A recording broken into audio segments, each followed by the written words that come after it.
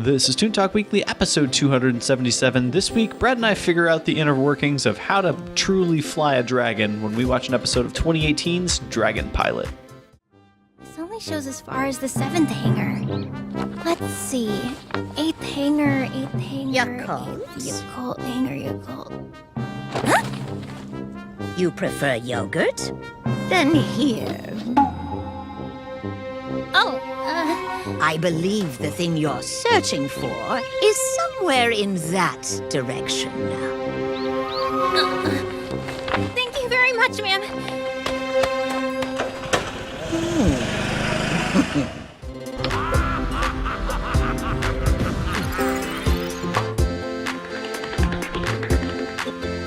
Fire on!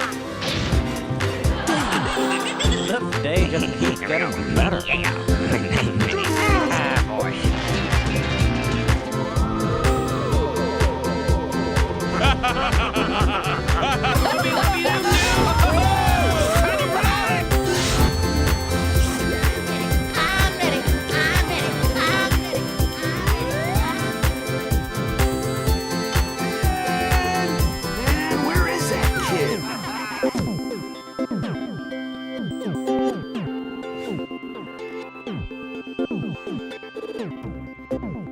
Hey everyone, welcome back to Toon Talk Weekly. This is the weekly cartoon podcast where we talk all about cartoons. I'm Jake Williams, got my good friend Brad Chmielewski here once again this week. What's up, man?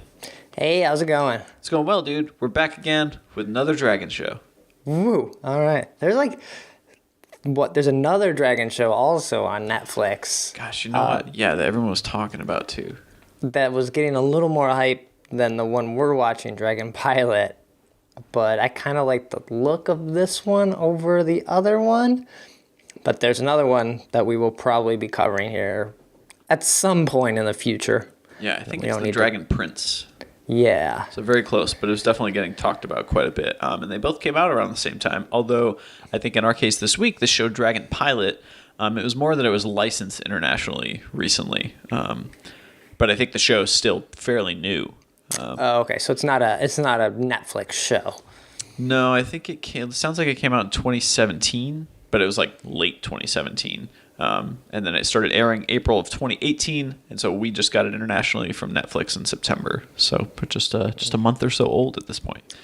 It's good. Netflix has a crazy amount of animation and anime coming to it. Like, I would be worried if I was Crunchyroll or whoever owns Crunchyroll at this point. Like, why is that still a service? Like, that needs to be rolled into Hulu or something else quickly. Otherwise, that audience is gone. Well, and there's VRV had quite a bit of anime too. I think it's probably more obscure stuff, and I'm going to call it obscure because I just mean that it's not the mainstream anime stuff you've heard of before.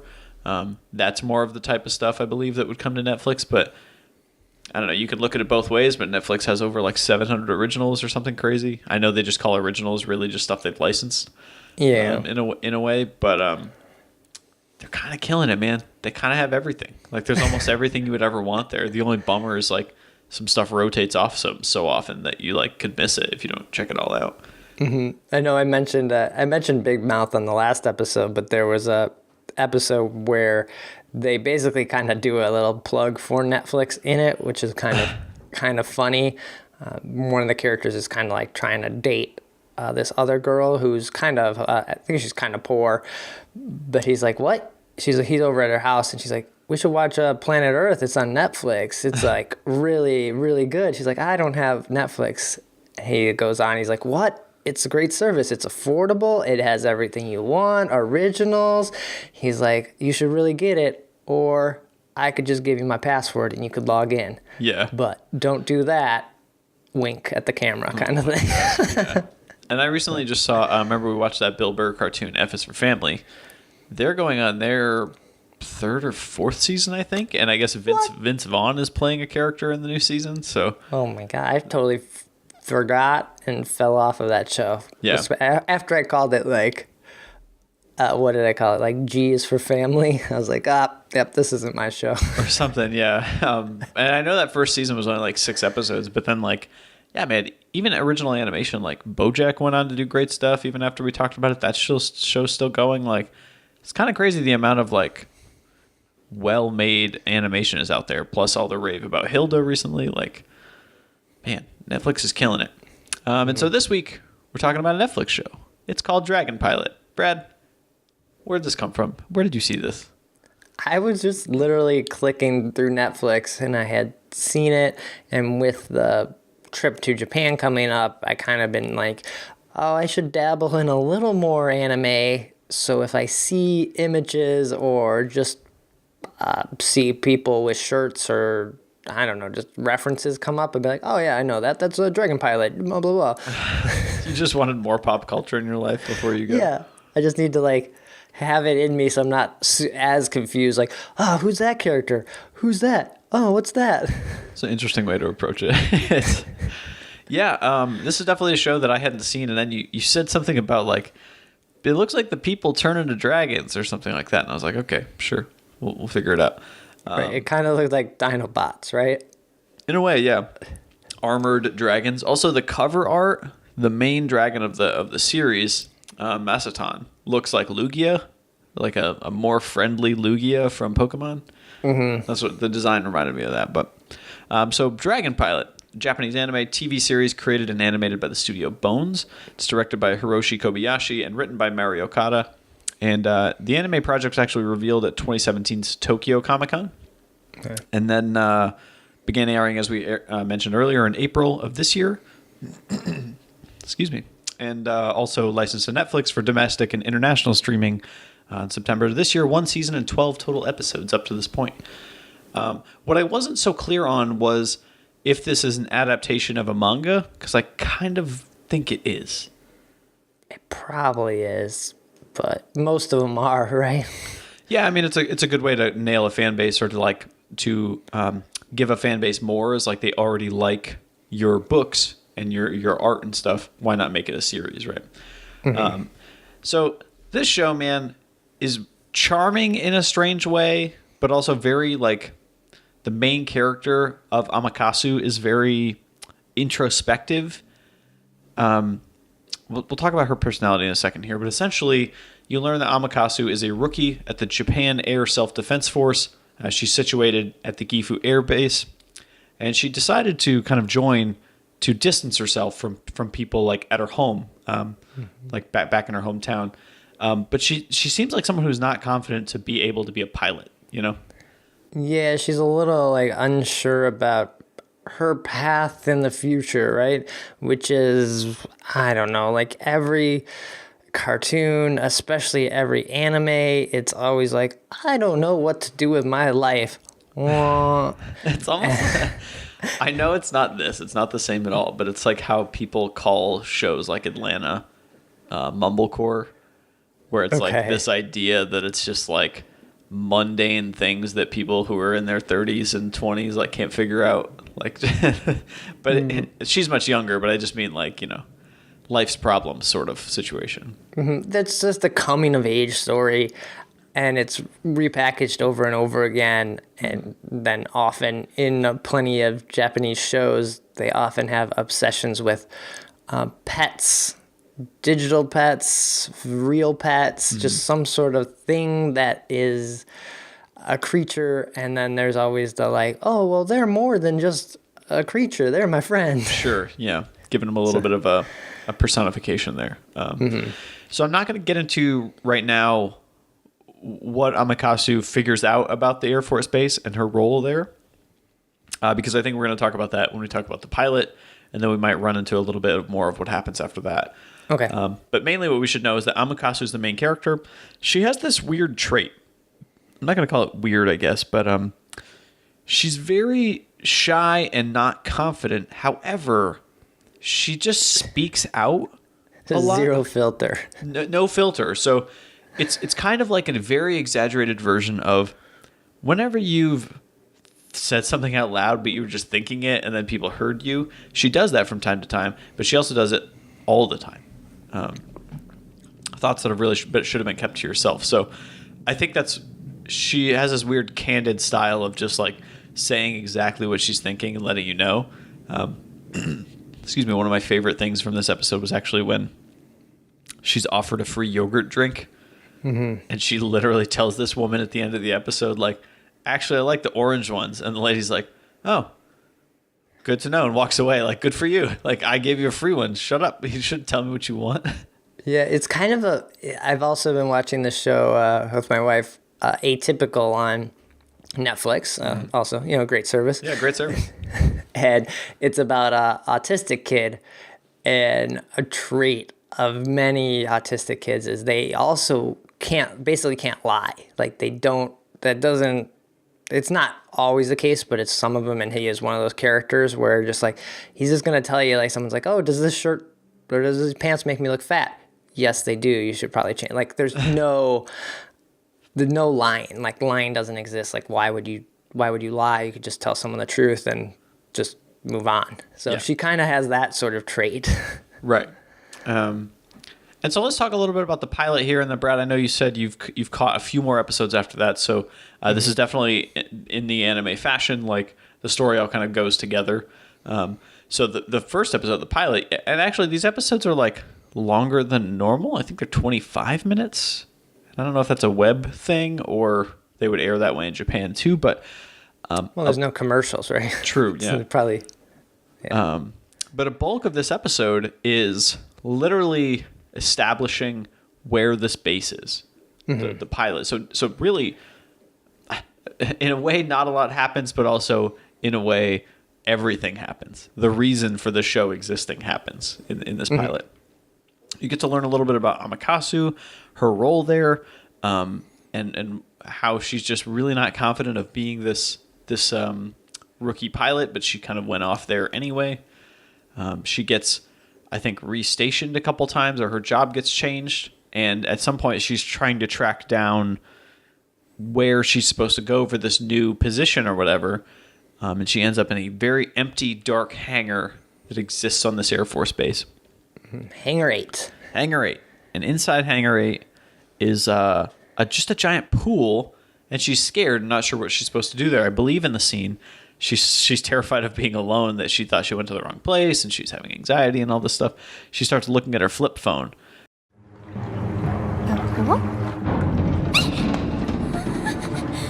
Where is it? Where is it?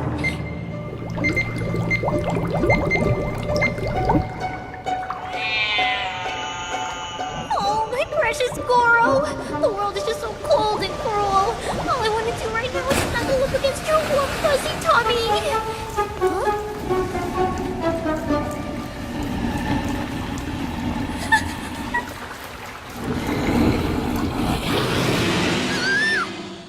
Which, sidebar here, this show is very much set in modern times because there was a dude vaping. There was a dude vaping near the end of the episode, and I was like, are you kidding me?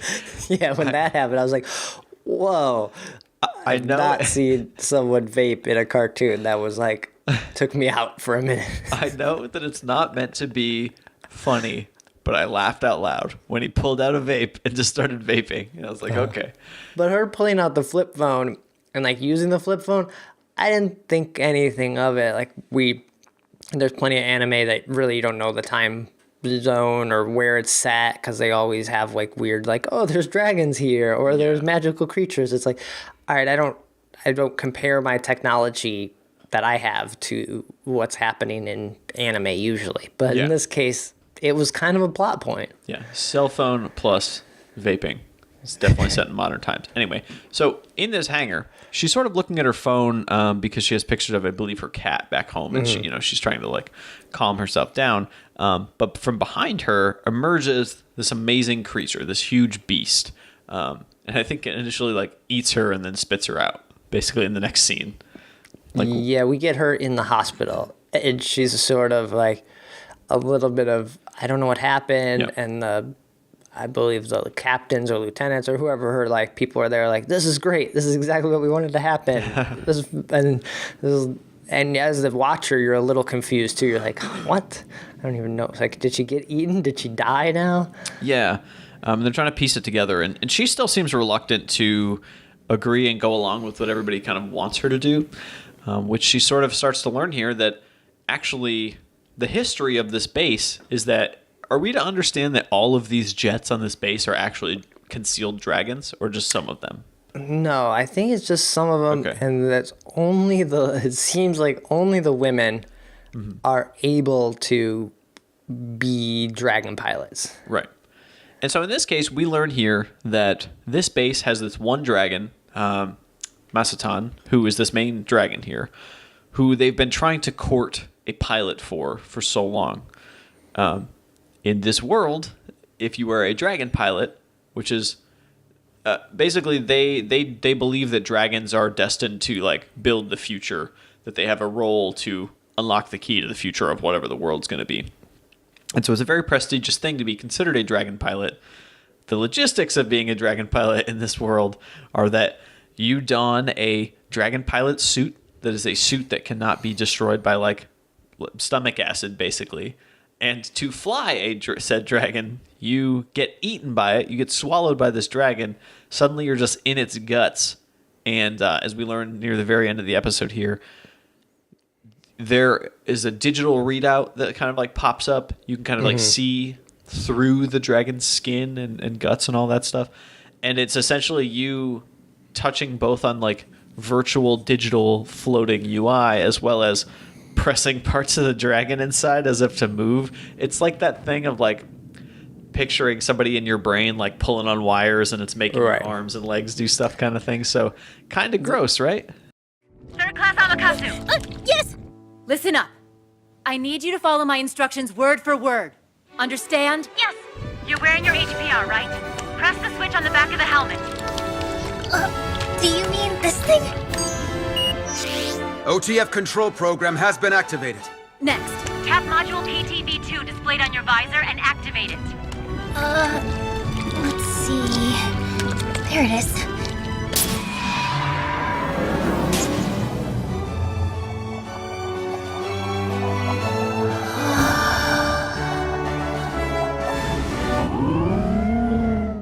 Yeah, but the logistics of this just seem ridiculous. Like, who was the first dude that was like, oh, I got eaten. Oh, guess what? I can control this dragon. If I push here, he turns right. Like, it seems a little silly, but Yeah. they talk about, I think it's in the intro, they talk about how these dragons were thought of as being these great creatures, but they have to be protected because if people know they exist, they'll kill them or blah, blah, blah. They're of danger. So most people don't know dragons are real. Right. And the whole idea of it being silly, the way that you pilot one of these dragons, I think is very much the tone of the show. The show is only semi-serious, talking about the future of the world and protecting it and that kind of thing. The whole tone of the show is funny. It's like it's really trying to be lighthearted, I guess, and maybe charming in some spots. And I think it accomplishes that. So essentially the pilot covers exactly that. It covers her rookie year and what she's doing here at this Japan Air Force base, but also how a dragon pilot happens and how she becomes one. As you mentioned, a plot point later on, apparently one of the other rookie pilots was mad that she wasn't chosen and that Amakasu was chosen because the dragon wanted to eat her cell phone. So, Right. Which Dragons- isn't entirely true, but it's Well, the partially joke is true. dragons eat rare metals. Right, And yeah. a flip phone is a rare metal. Yeah, so pretty interesting there. So that's what I gleaned from the pilot. Brad, where's the show go in the next couple of episodes? So right now I am 4 episodes in. I just kind of kept going. They go really fast. Like you said, they're 25 minutes. They don't drag because they are kind of silly. And you're kind of a little more like, well, what's going to happen? Like I have no concept of like where this story is going other than like, oh, she becomes the woman she was always supposed to be, right? Right. She finds herself. So throughout this story, it's really, or throughout these 4 episodes I've seen, it's now just her, I guess, coming to terms with she was picked by this dragon, and now the dragon and her need to almost learn how to like get along, because if she isn't able to control the dragon, she's going to get kicked out, and then the dragon, like, he doesn't get to fly because he needs someone to be his pilot. He needs a chosen one to do this. So he gets kind of screwed too. He just has to chill and wait for that. So there's a little bit of like, hey, if we want to both like be the best, we got to be together. But then we learned that there's lots of like, it also being said in modern time, there's lots of like kind of sexist jokes that happen from the other pilots, from the male pilots that do like the normal flights and stuff. And then her like being like, what are you guys talking about? Like a little like back and forth of that kind of stuff. Like you guys are pigs sort of thing. But yeah, other than that, there's no, after 4 episodes, I have no clear mission. So there's no big evil. There's no big bad guy. No, which is weird.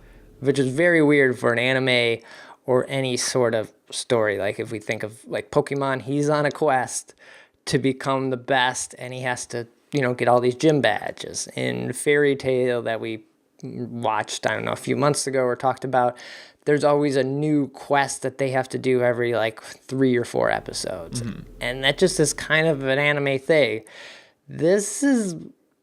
I'm just watching this girl in flight school. And it's like, it's interesting because of the dragons, but then at the same time, it's really mundane. Yeah, it's like kind of, I don't care about her. Right, even the pilot, like I was saying, it just felt like, okay, this character has some charm to it. I see that there's potentially some sort of relationship here with her and one of the male pilots that was there as well. And we learned about the history of the dragons and how they're protected by this air self-defense force now. But there was no antagonist, I guess. The antagonist is like her own fear, right? Of like growing up, of being confident in this new role, of that kind of thing. And that's okay. There doesn't have to be a huge villain. But I was curious, like, so yeah, where does this go? Like, I assume I'd meet the villain in episode 2, but it sounds like that's not the case. Right, or even the idea like, oh, we need to protect these, like someone's trying to expose us. Oh, I guess at the end of episode 4, we do get a little tease that something is happening with the flight suit designer. I didn't really understand that. So and it was 4 episodes in, I was like, oh, wait, what? Yeah. Like now that you're presented with a problem, you're like a little taken out of it. Yeah. But I really like the art style of this because it's kind of rough lines a little bit, and then they do a lot of neat stuff, a lot of smear keyframes of things. Yeah. A lot of like not your typical anime tropes, but they do some of them like on a different take that I haven't seen yet. So it's kind of nice. I don't know, it feels updated. Yeah. When it should be because it's a new show. I didn't even know. Yeah, I was like, I don't know if this feels modern or it feels just like its own thing. It didn't follow the traditional tenets of what an anime should look like necessarily. Right. It almost had like a softer, like warmer, like feel to it. Yeah, and I kind of like that. Maybe like an American twist on it, just Sure. slightly, with a lot of like anime tropes thrown in there, like just enough that's not like, this is anime, guys, look at this. It's like, oh, I just referenced some of those things to kind of just, make you smile and laugh. Yeah. So, I mean, I've only seen 1 episode, but it's definitely interesting. Like, I can see myself getting into it as a show to just kind of throw on, because a lot of it is, you don't need to see every single thing. Like, you can kind of hear the story as it's written. Right, because she speaks out loud with everything, like whatever she's doing. Yeah, there's nothing hidden there. Mm-hmm. But yeah, so it sounds like you had a decent time with the show. Might keep going since you're already a third way through. I might, but I should go and finish Hilda before I continue with this, I think. Yeah. But yeah, I do like how the the dragons change, and that's kind of an interesting take. Like they do morph like I want to say a Gundam or a Beast Wars kind of Transformer kind of thing, where they just kind of turn into a real plane. Right, and like that's kind of their armor. And it seems like it's caused by once it's formed that bond with a human, it now can like unlock a different potential of itself. Mm-hmm. It's kind of cool. Yeah. But I think it's part of their gear, like they put on it as well. Okay. Yeah, that's true. So, kind of a cool idea. Definitely has a fun new look to it, and there's flip phones and vaping, so you can't really go wrong. The vaping man totally got me. But check out Dragon Pilot if you're looking for a new anime to watch. It's over on Netflix. Great service. It's sponsored by Netflix. I know we need it like a code, code Toon Talk. Yeah, to use code Toon Talk at checkout. But I think that's going to do it for our advertising, vaping, and talking about cartoons this week. Brad, where can people find you when you're not recording the show? So you can follow me on Twitter. It's @brad, and then my blog is digitalhitchhiker.com. Hey, guys, go check them out over there. You can follow me on Twitter @JacobWilliams, and of course, the show. You can follow Toon Talk Weekly on Instagram, Facebook, Google+, Twitter, and YouTube as well. Of course, check out the video versions over on YouTube and hit that subscribe button. We'd appreciate that. toontalkweekly@gmail.com. You can send us any messages, any thoughts you have on this show or more. If there's any more backstory we're not getting about Dragon Pilot, we'd love to hear that. So the email would probably be the best place to send that. And of course, toontalkweekly.com, the main hub for the show with any and all episodes up until today. So who knows what the future holds next week? Is it going to be Dragon Show? Is it going to be kid-themed show? Ooh, who knows? We just keep going dragons until we're out of dragon shows I know, right? at this point. But it's going to do it all about this week's episode. We'll be back next week with another cartoon. Take care.